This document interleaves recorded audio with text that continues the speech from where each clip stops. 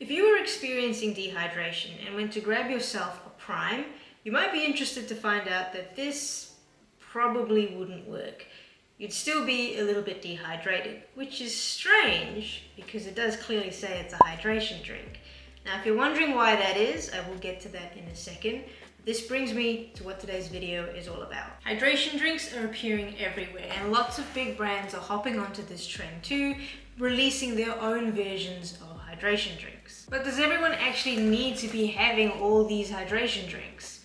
Not really. A hydration drink is only technically needed if you are dehydrated. So today we're going to be talking about when you would actually need a hydration drink, but I'm also going to talk about how you can go about picking the right hydration drink, because not all of these are created equal. They all contain different amounts of electrolytes, and it's actually really important how much of each electrolyte is inside a hydration drink, which is why I'm going to be going through everything you need to know to be able to pick the right hydration drink when you actually need one.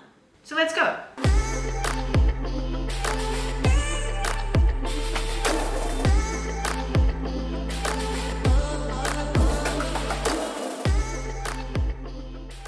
So, when would you actually need a hydration drink? Now, I actually have mentioned this in a previous video before, but as the name suggests, you would need a hydration drink when you are dehydrated. Now, dehydrated is actually more than just needing water, because when you lose body fluid, you lose both water and electrolytes.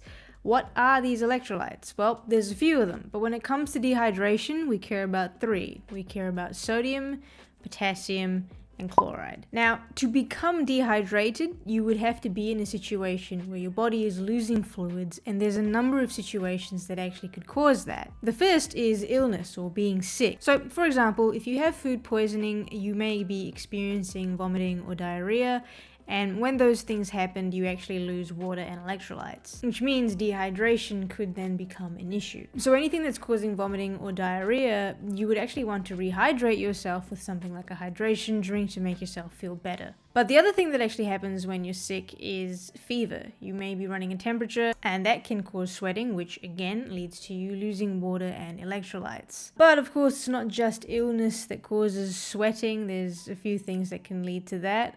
If you are in hot environments like summer in Australia, then you may be experiencing a lot of sweating. And excessive sweating can lead to dehydration, which is very, very common here in Australia, that's for sure. But also if you are an athlete or you are someone that does a lot of physical activity, you're going to be likely sweating, which means you'll be losing, again, a lot of water and electrolytes. So in all of those situations, you'd be looking to rehydrate yourself, and a hydration drink of some sort would be one of the things you would probably want to go and grab. But the important thing that you're going to want to remember is that when you sweat, you are mainly losing sodium. Sweat has a lot of sodium. Technically, it's sodium chloride. And so when you are drinking these hydration drinks, you're going to have to make sure that they have enough sodium to replace what has been lost. And that's because on average, you end up losing about 900 milligrams of sodium per liter of sweat. And that ends up being a bit different from person to person, but you can see from that average, it is pretty significant, and it's a large amount of sodium to replace. You're not actually really losing a lot of potassium in sweat, it is mainly sodium.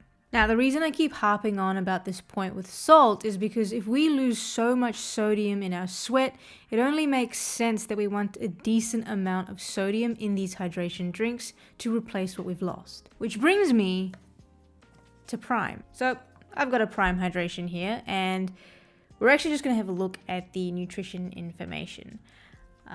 So if you look at the back here, it does tell you all the electrolytes that it has, and in terms of sodium, the yellow one has 16 milligrams of sodium per serving. I believe the blue version of this has 10 milligrams of sodium. And this is why I said if you were truly dehydrated and you grabbed a Prime, it wouldn't do much for you. There is nowhere near enough sodium in this drink to rehydrate you if you're experiencing dehydration. It does list a lot of the other electrolytes that it has. We've got 700 milligrams of potassium in here, and we have 124 milligrams of magnesium. But if you ask me, that is actually an unnecessary amount of potassium. That's too much in there. And that's simply because we do not lose that much potassium in our sweat. So just be careful, because when I look at Prime Hydration and see the nutrition label, I think that this might be better off as a low-calorie sweet drink and not a hydration drink. I wouldn't really call it a hydration drink. So what are we looking for then? What should a proper hydration drink have? Well, there is something called an oral rehydration solution. And this is more of a researched solution to dehydration. It pretty much has these specific amounts of water, glucose, sodium, and potassium to help in cases of dehydration.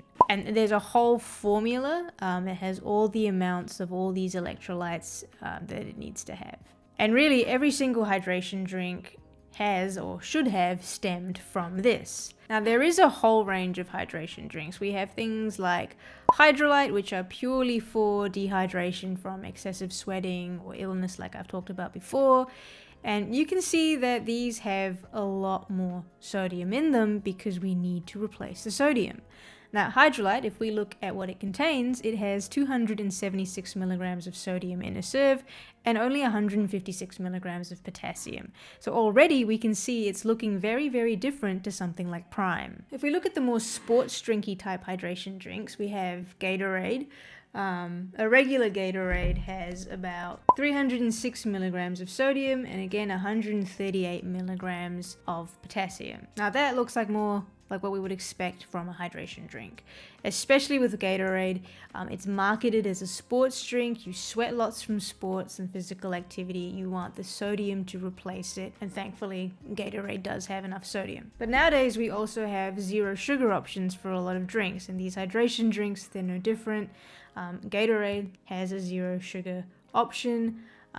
Prime actually just has no sugar in it in general. But just keep in mind that technically a hydration drink should have some glucose if you want it to be effective. And that's for a couple of reasons. The main one is that glucose helps your body absorb sodium. So when you take your hydration drink, it has a certain amount of sodium in there. Let's say we took a sachet of Hydrolyte, it has about 276 milligrams of sodium. Your body wouldn't be able to absorb all of that sodium, but glucose will help you absorb as much as you can. And this is because in your small intestines, which is where all the electrolytes get absorbed, there are special proteins that transport sodium into your bloodstream, and that's how it gets absorbed. Now, these proteins, they're called sodium glucose cotransporters, and essentially it's really all in the name. Sodium will hitch a ride along with glucose to get absorbed. So we need both sodium and glucose, and that is why if you want to have a more effective hydration drink, you're going to want it to have some glucose. Obviously, you don't want too much glucose. Excessive sugar isn't great, but for the purpose of hydration, it is needed. So hopefully you now have an idea of what you want to see on a nutrition label when selecting a hydration drink. We don't need massive amounts of potassium, we need sodium, and you should expect to see more sodium than potassium when you are having a look at all these hydration drinks. In fact, you're probably going to be expecting to see about 300 milligrams of sodium or around there. There's definitely products that have way more sodium than that, and they're usually marketed for more of those extreme sports people because they would definitely need it with the amount of sweat that they are producing. You would also expect to see a small amount of glucose if you are after the most effective type of hydration drink because, like I said before, glucose helps sodium get absorbed. And if you are truly dehydrated, you're going to want something that is going to be most effective, so glucose needs to be there. So just make sure that you know what you want, because the line between flavored drink and hydration drink is now slowly becoming blurred. Not everyone needs a hydration drink all the time, and that's okay. If you want to drink a Prime because you want a low-calorie sweet drink, that's fine. I just want everyone to be informed about what we actually need in case of dehydration. So I hope this video was helpful. If you have any further questions, please leave a comment. I'll do my best to help you out and answer any questions. If there's any topic that you would like to see a video on, leave that in a comment as well. And if you made it this far and you would like to see more videos from me, click here. The YouTube algorithm thinks this video is the one that you'll want to see. So I'll see you in the next video, and until then, keep playing the long game.